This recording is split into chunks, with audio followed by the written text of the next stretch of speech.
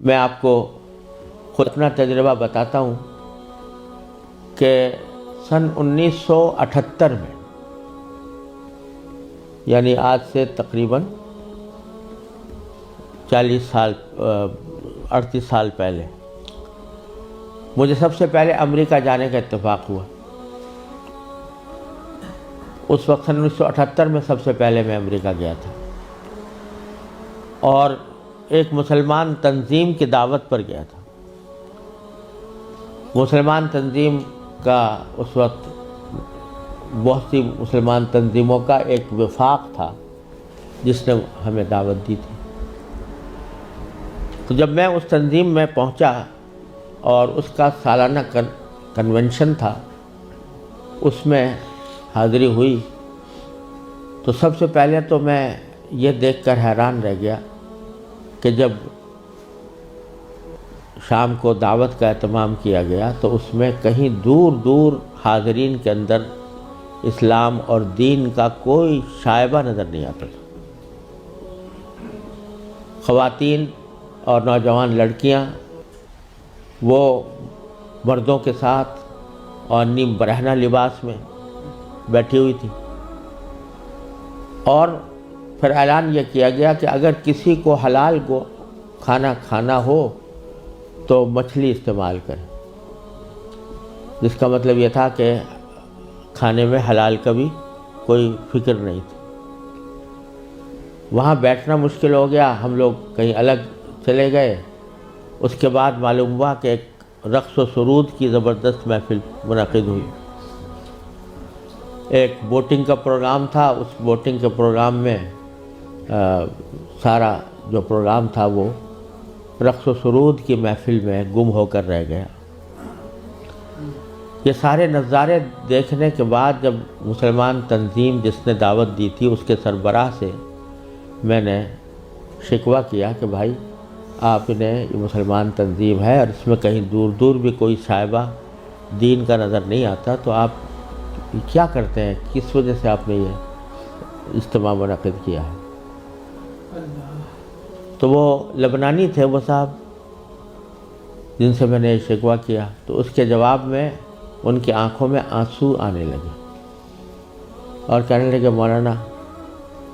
آپ صحیح کہتے ہیں، لیکن یہ وہ قوم ہے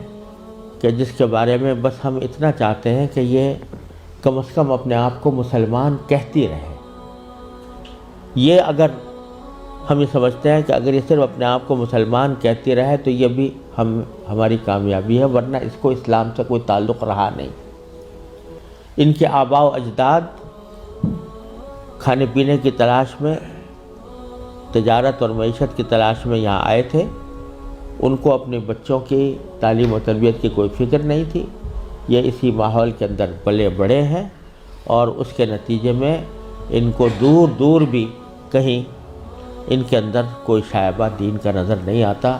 ہمارا کام صرف یہ ہے کہ ان کو اس بات پر جمع کر لیں کہ بھئی تم مسلمان ہو، اپنے آپ کو مسلمان کہتے رہو، ورنہ اسلام کی کوئی چیز ان کے اندر باقی نہیں رہی۔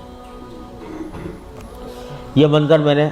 سن 1978 میں اپنی آنکھوں سے دیکھا اور یہ عبرت ہوئی کہ اگر مسلمانوں نے اپنے بچوں کو، اپنی نسلوں کو صحیح تعلیم و تربیت دینے کی طرف توجہ نہ دی تو اللہ بچائے یہ اس بات کی کا اندیشہ ہے کہ اللہ بچائے جو آنے والی نسلیں ہیں وہ اللہ بچائے مرتد نہ ہو جائیں۔ اور اگر خدا نہ کرے ہماری اس بے توجہی اور غفلت کی وجہ سے ایسا ہوا کہ ہماری نئی نسلیں گمراہ ہوئیں، غلط راستے پر گئیں، تو اس کا وبال ہمارے اوپر ہو، کیونکہ قرآن کریم کا ارشاد یہ ہے کہ یا ایھا الذین آمنوا قوا انفسکم واہلیکم نارا۔ جہنم سے بچانا صرف انسان کے لیے اپنا فرض نہیں ہے کہ وہ خود اپنے آپ کو بچائے، بلکہ اپنے گھر والوں کو بچانا بھی اس کی اپنی ذمہ داری۔ اور یہ بڑے شرم کی بات ہوگی کہ ہمارے آباء و اجداد نے ہمیں اللہ تعالیٰ کے فضل و کرم سے ایمان اور اسلام کی دولت ورثے میں عطا فرمائی، اور ہم اپنی اولاد کو اللہ بچائے غلط راستے کے اوپر ڈالنے کے ذمہ دار بنے۔ اس سے زیادہ شرم کی، اس سے زیادہ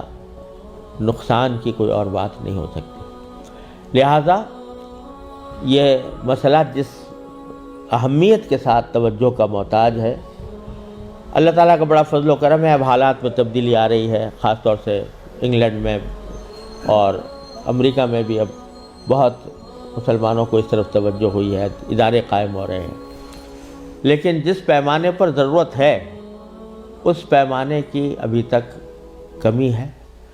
اور اس کا واحد علاج یہی ہے کہ جس کے دل میں بھی یہ درد ہے وہ دامے درہمے قدمے سخنے جس طرح بھی ہو سکے وہ ایسے ادارے قائم کرنے کی کوشش کرے، ان اداروں کے ساتھ تعاون کرے، اس میں اپنے بچوں کو بھیجنے کا اہتمام کرے۔